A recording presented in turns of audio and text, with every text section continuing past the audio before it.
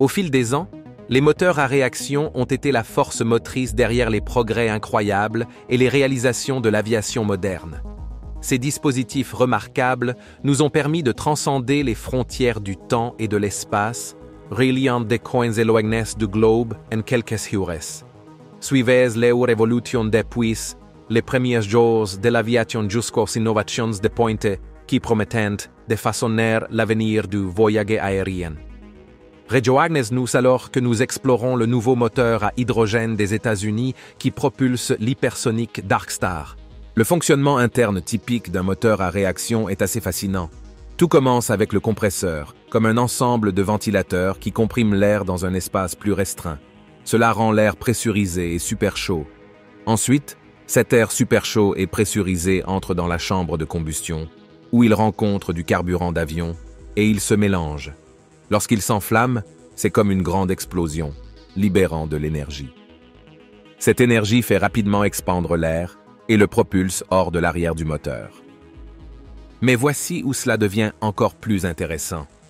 L'air chaud passe à travers une turbine en sortant. Cette turbine est comme un dispositif astucieux qui récupère une partie de l'énergie de l'air chaud. Elle utilise cette énergie pour alimenter les ventilateurs à l'avant et maintenir tout le processus en marche. Après avoir donné une partie de son énergie à la turbine, le reste de l'air chaud s'échappe à l'arrière du moteur, comme un puissant jet. Ce jet rapide d'air chaud pousse l'avion vers l'avant, le faisant voler à travers le ciel. Donc, en termes simples, le moteur commence par comprimer l'air, le mélanger avec du carburant pour provoquer une grande explosion qui maintient l'avion en mouvement dans l'air. L'histoire de cette innovation époustouflante a commencé au début du XXe siècle, lorsque l'aviation faisait ses premiers pas hésitants et les limites des moteurs à piston traditionnels devenaient de plus en plus évidentes. 16 moteurs, qui dépendaient du mouvement répétitif des pistons, avaient atteint un point où ils ne pouvaient plus fournir la vitesse et les performances que les aviateurs et les concepteurs d'aéronefs envisageaient. Sir Frank Whittle, un officier de la Royal Air Force britannique, et le Dr Hans von Ohain, un jeune ingénieur allemand, sont entrés en scène. Dans les années 1930, ces deux individus visionnaires ont conçu indépendamment le concept d'un moteur à réaction, animé par l'idée d'exploiter la puissance inhérente de la propulsion à réaction pour propulser les avions vers l'avant. Sir Frank Whittle, né en 1907, était un ingénieur et pilote brillant qui avait longtemps été fasciné par l'idée d'un moteur à réaction.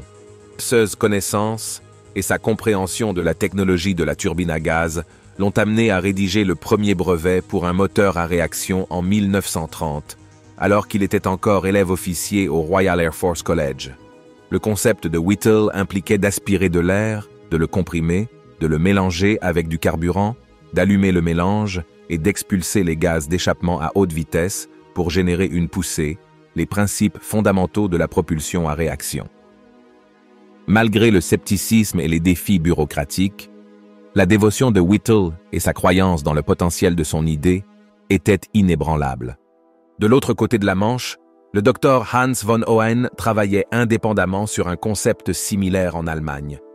Né en 1911, von Ohain était un brillant étudiant en ingénierie qui, d'ici 1935, avait formulé le design d'un moteur à réaction qui fonctionnait sur des principes similaires à ceux du concept de Whittle. Bien que les deux inventeurs fussent séparés par la distance et les circonstances, leur vision partagée de l'avenir de l'aviation était indéniable. En 1937, la poursuite acharnée du rêve de Sir Frank Whittle aboutit à une réalisation révolutionnaire, la construction réussie et les essais du premier moteur à réaction opérationnelle au monde. Cette étape monumentale marqua le début d'une nouvelle ère dans l'aviation qui allait fondamentalement modifier le cours du volume humain. Le moteur à réaction de Whittle, appelé le DVU ou Whittle Unit, était une pièce remarquable d'ingénierie. Il se composait d'un compresseur centrifuge, d'une chambre de combustion et d'une turbine, tous méticuleusement conçus pour convertir efficacement l'énergie de la combustion du carburant en poussée vers l'avant.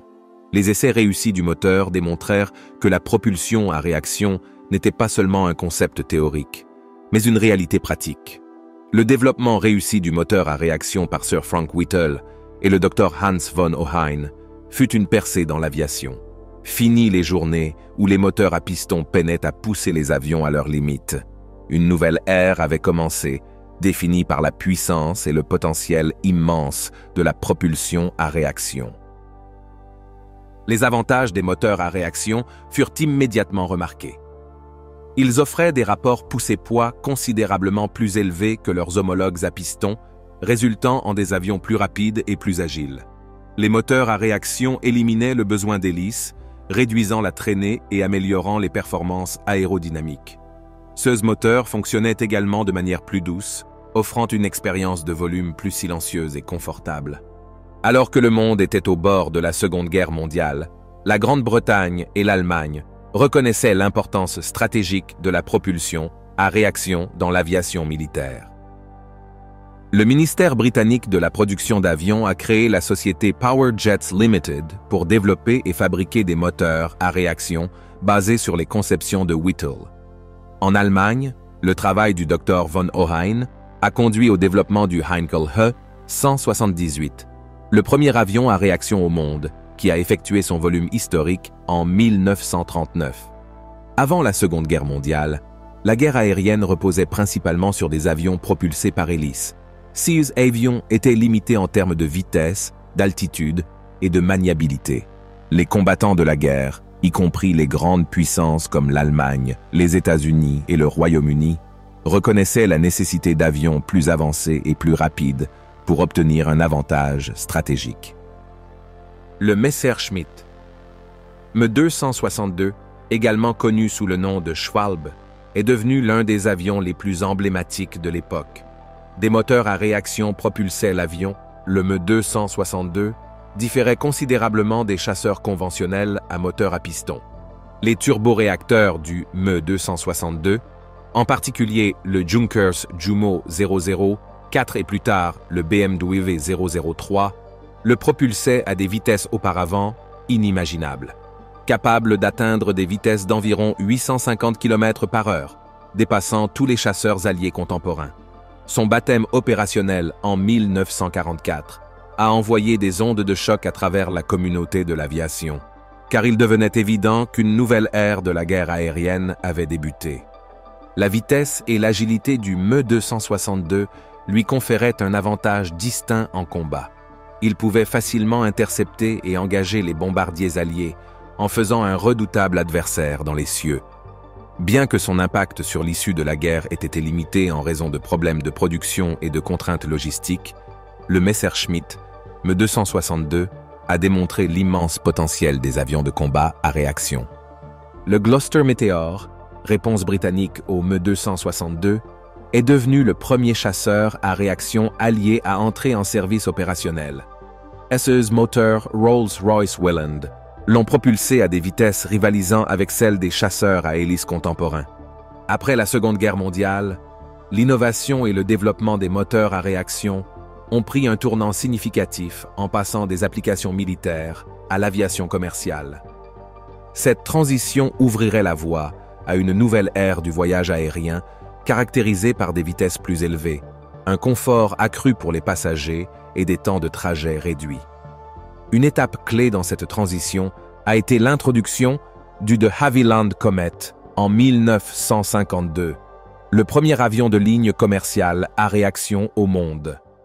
Le de Havilland Comet, création britannique, s'est imposé comme le pionnier du voyage aérien commercial. Il a fait ses débuts en 1952, représentant un bond monumental dans la technologie de l'aviation. Cet avion élégant et avant-gardiste était propulsé par 4 moteurs turboréacteurs de Havilland Ghost et disposait d'une cabine pressurisée pour le confort des passagers à haute altitude.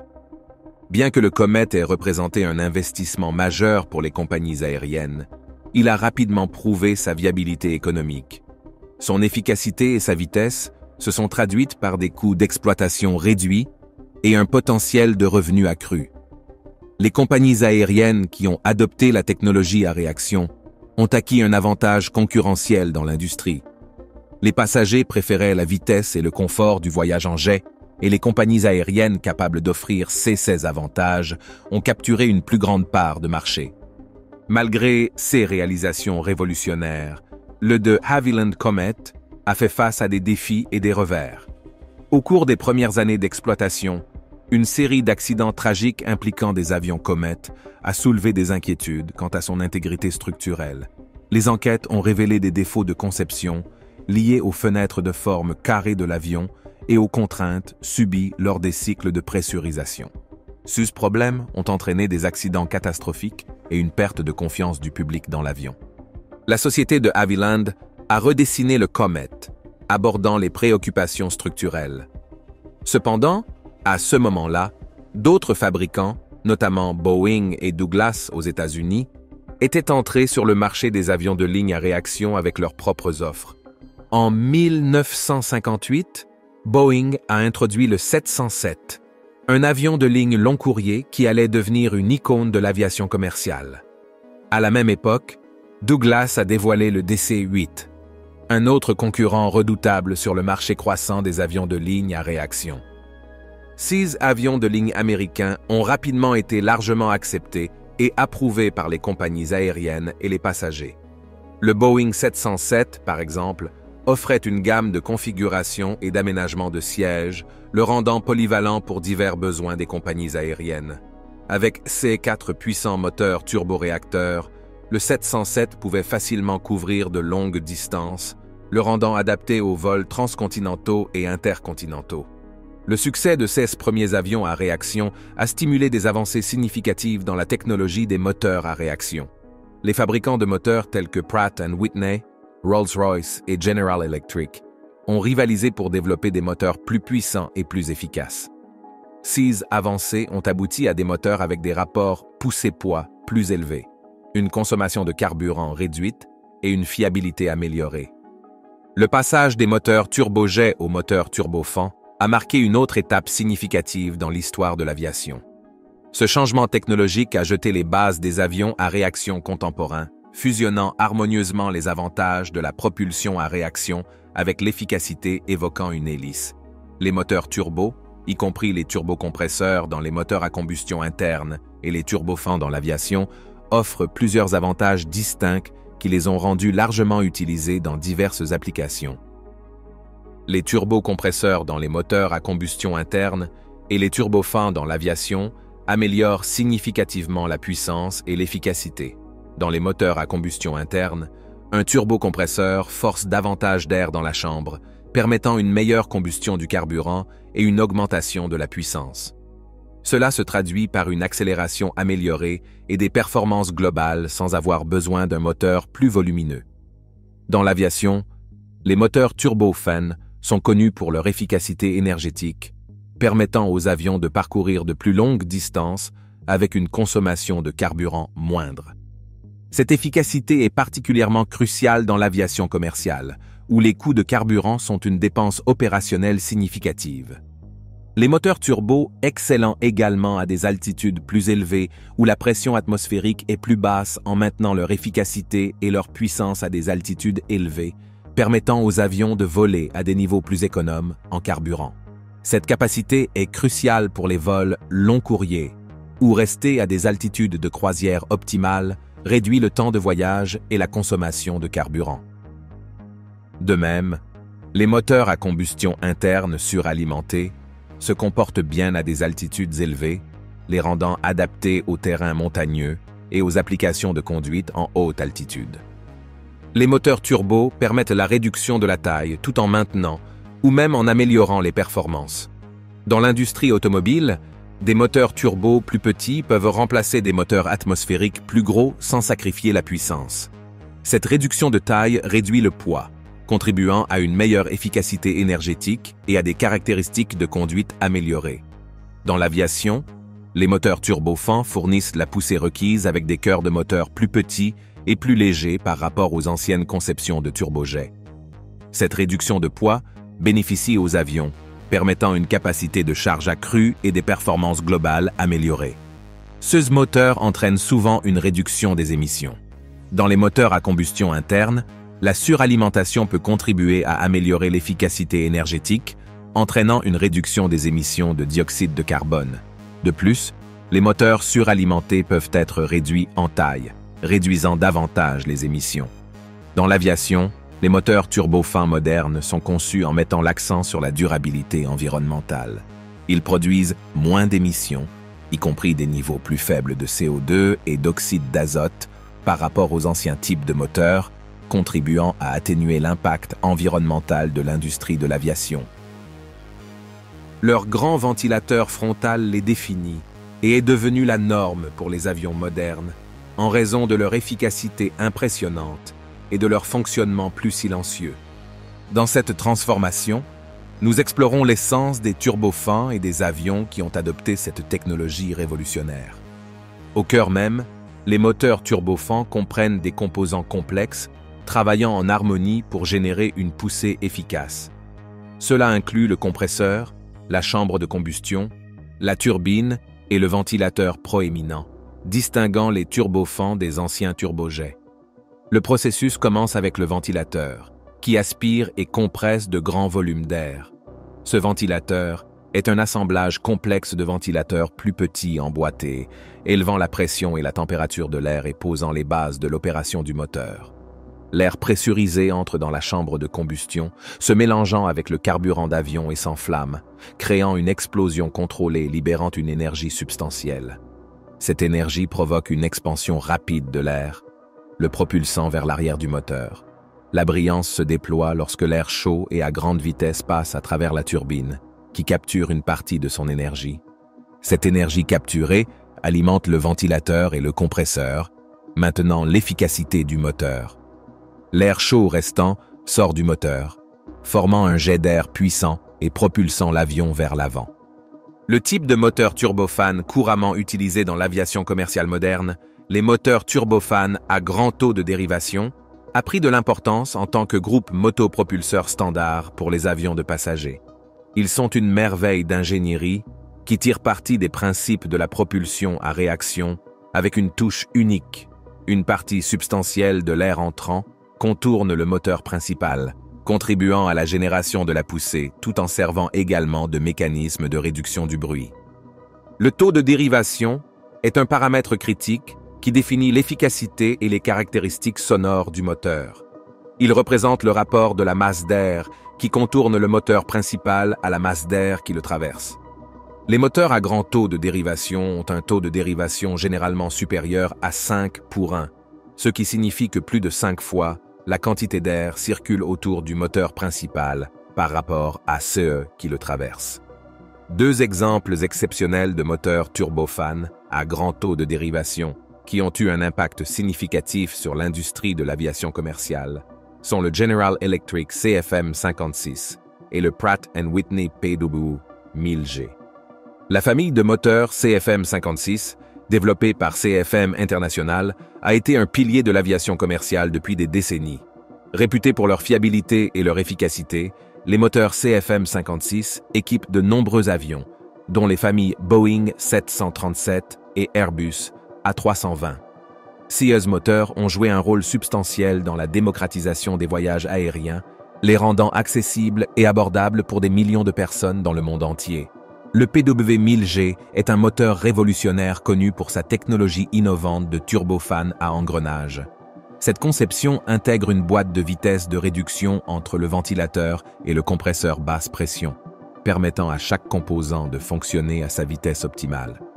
Le résultat est une efficacité énergétique accrue et un bruit réduit. Des avions tels que l'Airbus A320neo et la série Embraer E-Jet E2 bénéficiaient des performances et des caractéristiques écologiques du PW1000G.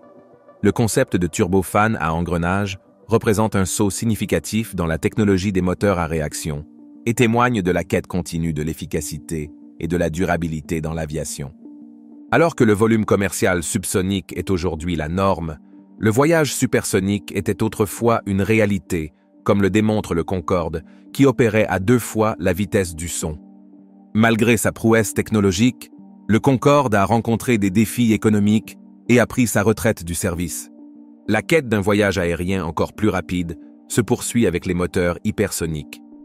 Les avions peuvent atteindre des vitesses dépassant Mach 5 et des innovations telles que les scramjets et les moteurs à cycle combiné sont discutées, offrant un aperçu de l'avenir des voyages rapides sur de longues distances. Un exemple remarquable est le moteur F-135 de Pratt & Whitney qui propulse l'avion F-35 Lightning. Cette conception de moteur est spéciale car elle associe un turbofan haute puissance à un faible taux de dérivation, produisant une impressionnante poussée de 43 000 livres. Le F-35 existe en 3 versions, une pour le décollage régulier, une pour le décollage court et l'atterrissage vertical, et une pour les opérations basées sur un porte-avions. La version basée sur un porte-avions a des fonctionnalités supplémentaires telles qu'une manœuvrabilité améliorée pour les décollages et les atterrissages sur les porte-avions. Le moteur F-135 est intelligemment conçu avec un ventilateur monophasé haute pression, un compresseur à 6 étages et une configuration de turbo à rotation opposée unique.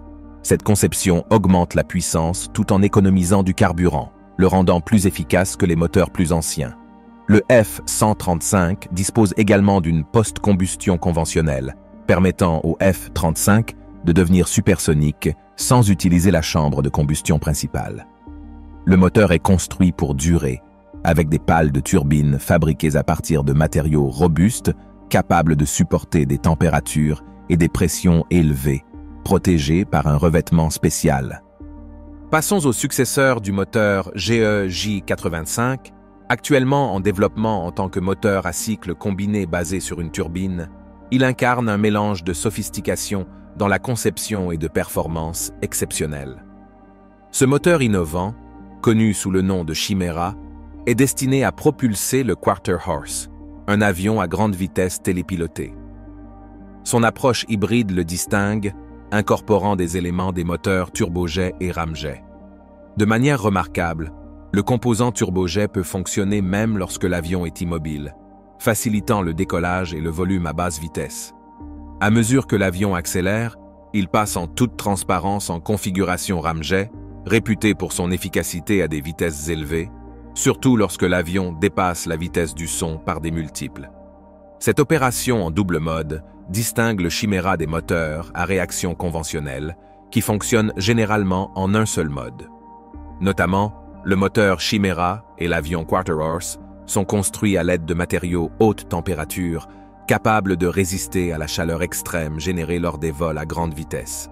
En 2021, l'US Air Force a attribué à Airbus un contrat de 60 millions de dollars pour développer 3 avions conceptuels sans équipage, dont le Quarter Horse hypersonique.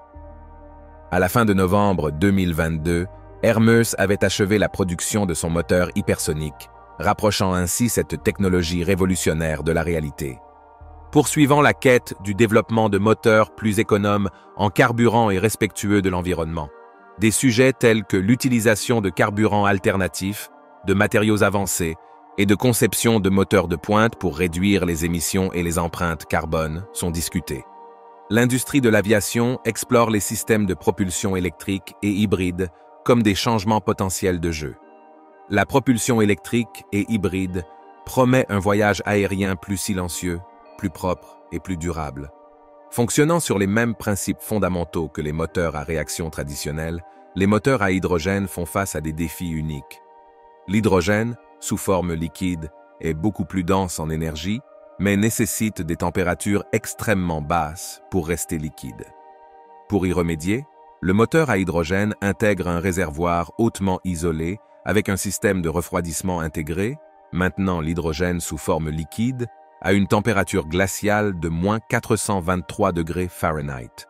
Les mesures de sécurité incluent plusieurs systèmes pour empêcher les étincelles ou les flammes d'atteindre le carburant à l'hydrogène, avec des capacités d'arrêt rapides en cas de fuite ou de dysfonctionnement. L'un des derniers moteurs à hydrogène en production est le moteur F-130 Dual Pod de Rolls-Royce, choisi par l'US Air Force pour propulser leur bombardier B-52 Stratofortress. Ce moteur offre une impressionnante efficacité énergétique, vantant une économie de carburant d'environ 30% meilleure que ses prédécesseurs et nécessitant moins d'heures de maintenance. De plus, il atténue les émissions, en particulier les oxydes d'azote, contributeur important à la pollution de l'air. Cependant, un défi substantiel demeure dans l'établissement d'installations de fabrication capables de produire CS moteurs à grande échelle.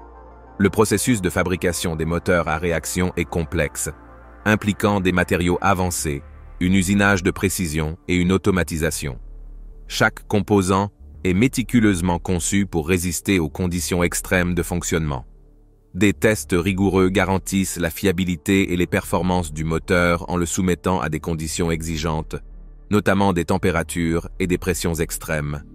Avec des procédures de test complètes en cours pour chacun de ces moteurs à réaction, leur introduction dans l'aviation pratique est imminente. En regardant vers l'avenir, le développement continu et le raffinement de CS technologies promettent de redéfinir les possibilités dans l'aviation, inaugurant une ère d'efficacité, de puissance et de durabilité accrues en volume. Merci de nous avoir suivis. Tant que vous êtes encore là, cliquez sur le lien à l'écran pour découvrir plus de nos vidéos. À bientôt.